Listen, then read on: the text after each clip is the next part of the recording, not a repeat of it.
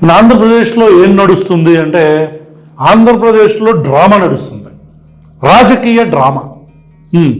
ఒక్కొక్కరిలో ఒక్కొక్క పాత్ర పోషిస్తున్నారు ఆంధ్రప్రదేశ్లో.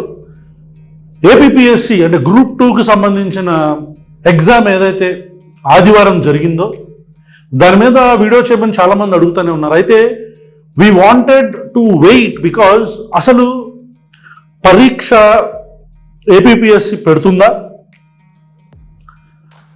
రాష్ట్ర ప్రభుత్వం ఎలాంటి నిర్ణయం తీసుకుంటుంది, రాష్ట్ర ప్రభుత్వం యొక్క యాక్షన్ ఏంటి, కూటమి ప్రభుత్వంలో ఉన్న బిగ్ హెడ్స్ దీని గురించి ఏం చేస్తారు, వీటన్నిటి గురించి we're just waiting for them to respond. అందరూ మాట్లాడారు, అందరూ రెస్పాండ్ అయ్యారు. At the same time group 2 examination కూడా ఆదివారం జరిగిపోయింది, which should not have to be. అది అవ్వకుండా ఉండాల్సింది, జరగకుండా ఉండాల్సింది. బట్ అనురాధ గారు, సీతమ్మ గారు అది కంటిన్యూ చేశారు. అంటే సీతమ్మ అని అంటున్నారులే బయట, సీతమ్మ అంటే ఎవరి మాట వినరంట కదా ఆవిడ. అది ఓకే. ఇప్పుడు డ్రామా నెంబర్ 1 ఏంటి అంటే ఆంధ్రప్రదేశ్ ప్రభుత్వానికి ఇప్పుడు ఫస్ట్ ప్లేస్లో ముందు మనం వైఎస్ఆర్సీపీ ప్రభుత్వాన్ని కూడా మనం తప్పు పట్టాలి. అప్పుడు 2019 నుంచి 24 దాకా ఉన్న జగన్మోహన్ రెడ్డి గారి ప్రభుత్వం ఏదైతే ఉందో దాన్ని కూడా తప్పు పట్టాలి. ఎందుకంటే వాళ్ళు ఇచ్చిన నోటిఫికేషన్లోనే రోస్టర్కి సంబంధించిన తప్పులు ఉన్నాయి. వాళ్ళు ఇచ్చిన నోటిఫికేషన్లో ఇర్రెగ్యులారిటీస్ ఉన్నాయి రోస్టర్లో. దాన్ని ఇప్పుడు ప్రభుత్వం సవరించకుండా నోటిఫికేషన్ రిలీజ్ చేయటం, అట్ ద సేమ్ టైం ఈ ఎగ్జామినేషన్ కండక్ట్ చేయటం, ఇది ఈ ఏపీపీఎస్సి అటానమస్ బాడీ అని చెప్పినా సరే ఇది కండక్ట్ చేయడం అనేది ఇది blunder. So in this case both the governments అంటే జగన్మోహన్ రెడ్డి గారి ప్రభుత్వంతో పాటు చంద్రబాబు నాయుడు గారు ఇప్పుడు నడుపుతున్న కూటమి ప్రభుత్వం కూడా రెస్పాన్సిబులే. ఓకే. ఇకపోతే డ్రామా నెంబర్ 1లోకి వెళ్దాం మనం. ఫస్ట్ డ్రామా ఏంటంటే ఇప్పుడు కూటమి ప్రభుత్వంలో చంద్రబాబు నాయుడు గారు ఒక లెటర్ రాస్తారు. ఎవరికి? అనురాధ గారికి. ఏమని? ఈ ఎగ్జామినేషన్స్ ఆపండి అని చెప్పని. ఓకే, లెటర్ రాస్తారు. మంచి పద్ధతి. ఓకే, లెటర్ రాయమని చెప్పని పంపించారు కదా లెటర్. దానికి అనురాధ గారు నేను కండక్ట్ చేస్తా అంటారు. డ్రామా చూడాలి మీరు, డ్రామాని. ఈయనేమో లెటర్ రాస్తారు, ఆవిడేమో నేను కండక్ట్ చేస్తా అంటారు అనమాట. ఇప్పుడు ఆ పొజిషన్లో ఆ అటానమస్ బాడీలో అనురాధ గారిని సెలెక్ట్ చేసింది ఎవరు? చంద్రబాబు నాయుడు గారి నేతృత్వంలో ఉన్న ప్రభుత్వమే కదా సెలెక్ట్ చేసింది కదా. అక్కడ అంతకుముందు ఉన్న గౌతమ్ సవాంగ్ గారు లేటెస్ట్. ఇప్పుడు మా ఫస్ట్ క్వశ్చన్, అక్కడ అంతకుముందు జగన్మోహన్ రెడ్డి గారు పెట్టిన గౌతమ్ సవాంగ్ ఎవరైతే ఉన్నారో, ఒకవేళ అదే గౌతమ్ సవాంగ్ అదే పొజిషన్లో ఉండుంటే, ఇప్పుడు ఈ ఎగ్జామినేషన్ కండక్ట్ చేసుంటే, అంటే irrespective of the letter given by the chief minister of the state, Andhra Pradesh రాష్ట్ర ముఖ్యమంత్రి చంద్రబాబు నాయుడు గారు లెటర్ ఇచ్చి రిక్వెస్ట్ చేసినా సరే అది పట్టించుకోకుండా ఒకవేళ గౌతమ్ సవాంగ్ అనే వ్యక్తి, ఆయన మాజీ చైర్పర్సన్, ఆయన ఒకవేళ ఇప్పుడు ఉండి ఆయనే కనుక ఎగ్జామినేషన్ కండక్ట్ చేసి ఉంటే, అప్పుడు పచ్చ మీడియా మెయింటైన్ చేస్తున్న కొన్ని కుక్కలు, ఇన్స్టాగ్రామ్లో ఉండే కొన్ని జాగిలాలు, ఎన్ఆర్ఐ కుక్కలు, ఇవన్నీ కూడా మురిగాయి. జగన్మోహన్ రెడ్డి హయాంలో నడుస్తుంది ఏపీపీఎస్సి చైర్పర్సన్ జగన్మోహన్ రెడ్డి కనుసన్నల్లో పనిచేస్తున్నాడని చెప్పని మానస పత్రికలో పొద్దున్నే మురిగాయి. ఇక రీల్స్, ట్వీట్లు ఇవన్నీ మామూలు అయిపోయాయి కదా. కానీ ఇప్పుడేం మాట్లాడుతున్నారు తెలుసా అనురాధ గారిని?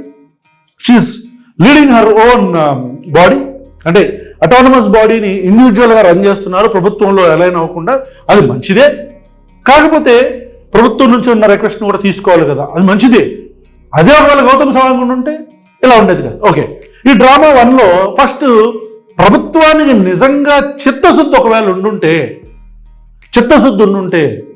దీన్ని జూలైలో ఎప్పుడైతే మొదలుపెట్టారో అందరూ, సార్ మరి ఇట్లా అవకతవకలు ఉన్నాయి దీంట్లో, రోస్టర్ అనేది ఇర్రెగ్యులారిటీస్ ఉన్నాయి దీంట్లో, ఇదంతా సెట్ చేసిన తర్వాత మనం ముందుకెళ్ళాలి, లేకపోతే అన్ని ఎగ్జామ్లు అయినట్టు ఇది కూడా అయిపోద్ది, మళ్ళీ హైకోర్టు నుంచి ఏదైనా ట్రిబ్యునల్ బెంచ్ కానీ ఏమైనా మళ్ళీ తీర్పిస్తే దానికి తగ్గట్టు మళ్ళీ మార్చుకొని మళ్ళీ ఎగ్జామ్ కండక్ట్ చేస్తారని తెలియదు, లేదా మళ్ళీ అసలు పాపం వాళ్ళ పరిస్థితి రేపు పొద్దున్న ఎగ్జామ్ అయితే, ఎగ్జామ్ షెడ్యూల్ ఉంటే రాత్రి 8 గంటల దాకా కూడా క్లారిటీ లేదు జరిగిద్దా జరగదా అని. ఎందుకంటే సాక్షాత్తు నారా లోకేష్ గారు ట్వీట్ చేస్తారు, చంద్రబాబు నాయుడు గారి ఓకే ఈ లెటర్ ఇస్తారు.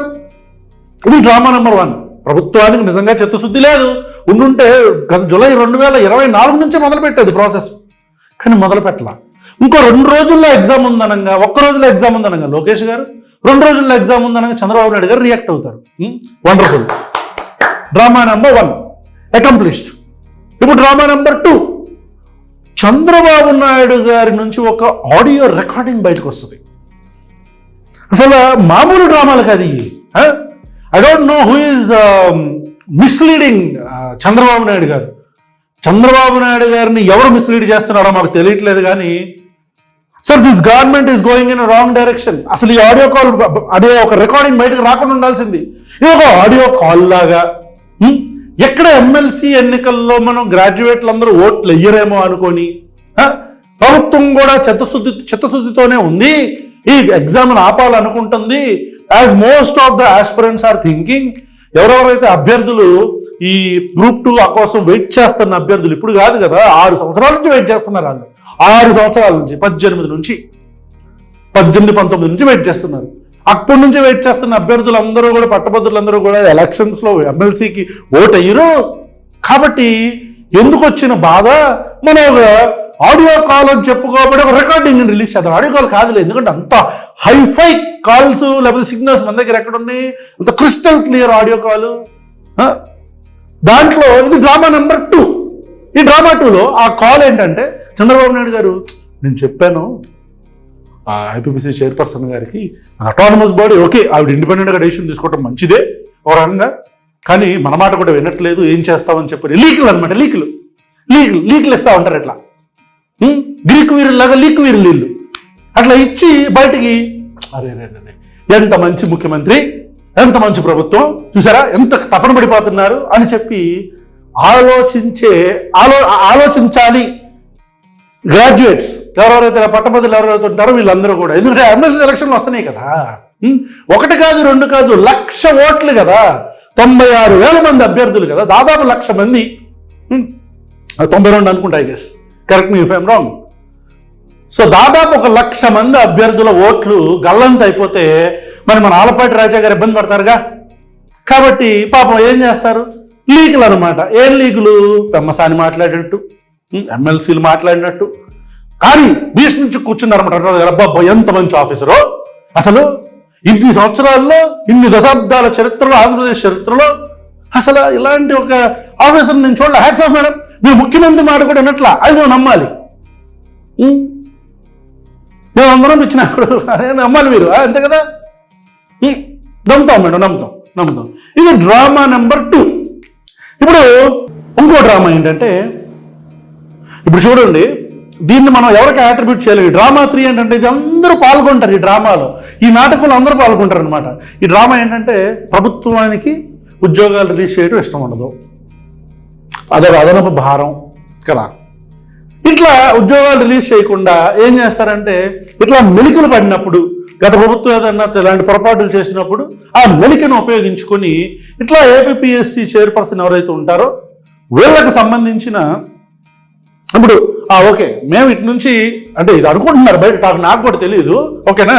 ప్రభుత్వం ఏమంటుందంటే, మేమేమో మా సైడ్ నుంచి ఏమంటారు, గల్లీ ఫైట్లు, నేను కొడుతుంటా, నువ్వు ఆపుతావు, నేను కొడుతున్నా, ఇట్లా ఉంటారు పిల్లలు డింపాకాయలు అనుకుంటారు. అలాగా నువ్వు ఎగ్జామ్ ఆపమ్మా అని లెటర్ రాస్తా, మీరేమో నేను ఆపను అని మీరు అనాలి, ఓకేనా అంటే ఓకే సార్. ఇది డ్రామా 3. ఈ 2 పార్టీస్ ఉంటాయి కదా. ఇప్పుడు వీళ్ళు ఏం చేస్తారంటే, ఎగ్జామ్ను కండక్ట్ చేసి ఇదంతా కోర్టు ప్రివ్యూ మీద ఉంది. కోర్టు ఏదైతే ఇప్పుడు కోర్టులో ఉంది కదా కేసు, కోర్టులో నడుస్తుంది. సో ఒకవేళ రోస్టర్లో ఉన్న ఇర్రెగ్యులారిటీస్ని మార్చి మళ్ళీ రెగ్యులరైజ్ చేసి వాటన్నిటినీ క్లియర్గా అలైన్ చేసి ఆ తర్వాత మళ్ళీ కొత్త నోటిఫికేషన్ ఇచ్చి మళ్ళీ కొత్త ఎగ్జామ్ పెట్టండి అని అనింది అనుకోడు కోర్టు. మాకేం తెలుసు, ఇప్పుడు వీళ్ళందరూ మళ్ళీ అస్సామే. అప్పుడు ప్రభుత్వం కానీ ఏపీఎస్సీ చైర్పర్సన్గా ఉన్న అనురాధ గారిని కానీ లేకపోతే ఏపీఎస్సీ బాడీ కానీ ఏం మాట్లాడటానికి వాళ్ళు కోర్టు మీద నెట్టేశారు కదా. ఎవడన్నా రోడ్డు మీద ఎవడన్నా వచ్చి మళ్ళీ అలా చెప్పింది కోర్టు అన్నారనుకోండి, కోర్టు ధిక్కారని కదా లోపలేసేస్తారు. అట్లా అలాంటి వాడు ఎవరైనా వచ్చి బయటకు వచ్చి ధర్నా చేస్తాం, అది చేస్తాం, ఇది చేస్తాం అంటే దొరికాడు అక్కడికి ఏం లోపల అంటారు. ఇది ఒక డ్రామా. సో కానీ చక్కగా అంటే కోర్టుల మీద నెట్టేయటం. ఇక డ్రామా నంబర్ 4, ఇది పెద్ద డ్రామా, ఇది మంచి డ్రామా. ఈ డ్రామా ఏంటో చెప్పనా, నా అభిమాన నటుడు ఉప ముఖ్యమంత్రి శ్రీ కొణిదెల పవన్ కళ్యాణ్ గారు, ఆయన లడ్డూలో కల్తీ జరిగిందో జరగలేదు తెలియదు, జరిగింది అనే ఒక లీక్ ఎవడ నియమనండి, బొట్టు పెట్టి బ్యాండ్ పెట్టి వెళ్ళిపోయి అపాలజెటిక్ అంటాడు, మెట్లు కడిగేస్తాడు, సభలు పెట్టేస్తాడు, గొంతు చించేసుకుంటాడు, అరిచేస్తాడు. కానీ మచ్చుమరుల ఆడపిల్ల మీద ఇబ్బంది అంటే చంపేశారని చెప్పండి, పడుకుంటాడు. ఇప్పుడు మన సొసైటీలో అంటే మన ఆంధ్రప్రదేశ్లో ఆడపిల్లల మీద అఘాయిత్యాలు జరుగుతున్నాయి అనండి, మాట్లాడు. కానీ కుంభమేళాకి వెళ్ళిపోయి అక్కడికి వెళ్ళి చక్కగా మునుగుతాడు. ఇప్పుడు జరుగుతున్న విషయం గ్రూప్ 2కు సంబంధించిన ఇష్యూ. గత 2 వారాలుగా రోడ్ల మీదకి అభ్యర్థులు వచ్చి, బాబోయ్ మాకు చెప్పండి, బాబోయ్ మాకు చిన్న యూట్యూబ్ ఛానల్, మా చిన్న యూట్యూబ్ ఛానల్ 1,00,000 మంది కూడా ఉండరు, అలాంటి ఒక యూట్యూబ్ ఛానల్కి మెయిల్స్, వందలాది మెయిల్స్ వచ్చినాయి. అరే ఏంటి మాట్లాడండి అన్న కొంచెం అని చెప్పని కామెంట్స్ పెడుతున్నారు. పవన్ కళ్యాణ్ గారిని ఉప ముఖ్యమంత్రి, నా అభిమాన నటుడు ఉప ముఖ్యమంత్రి పవన్ కళ్యాణ్ గారిని ట్యాగ్ చేసి ఎన్ని ట్వీట్లు పెట్టారో. అస్సలు చక్కగా వెళ్ళిపోయి నాకేం సంబంధం లేదని చెప్పని పడుకున్నాడు హాస్పిటల్లో.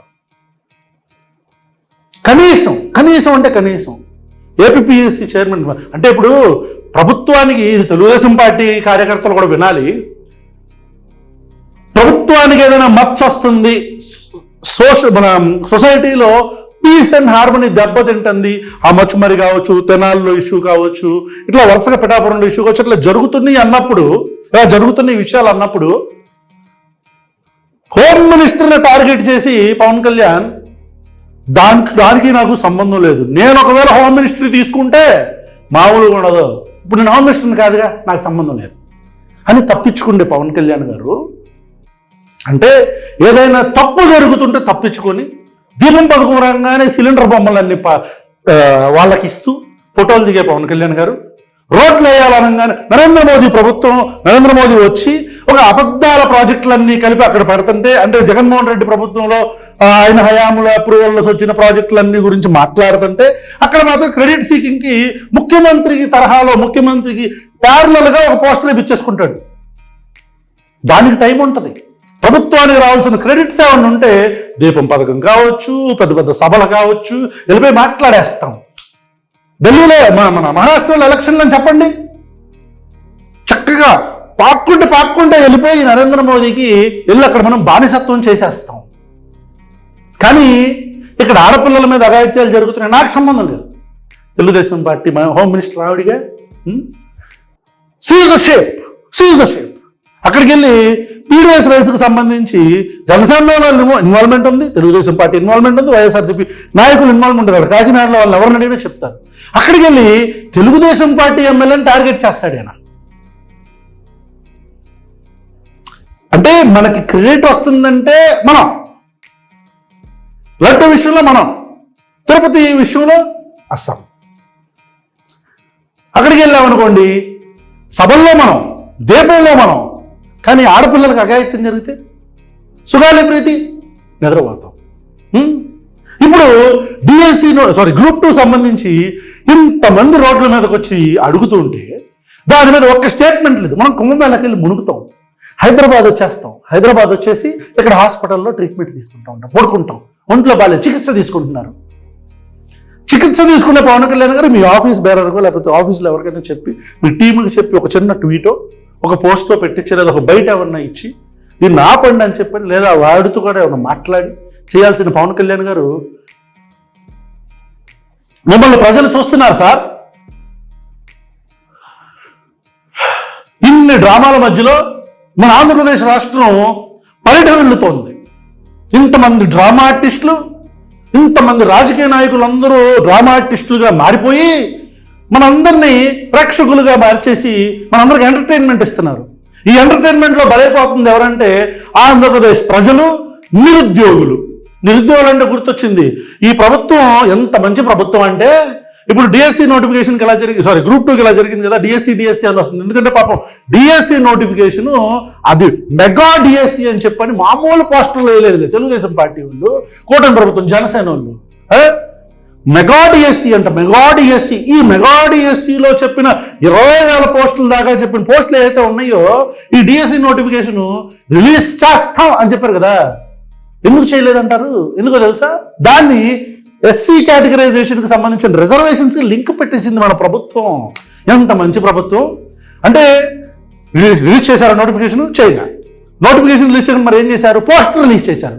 Mega DSC, job calendar, mega DSC ఇవన్నీ కూడా ఎక్కడున్నాయి అంటే ట్విట్టర్లో ఉన్నాయి.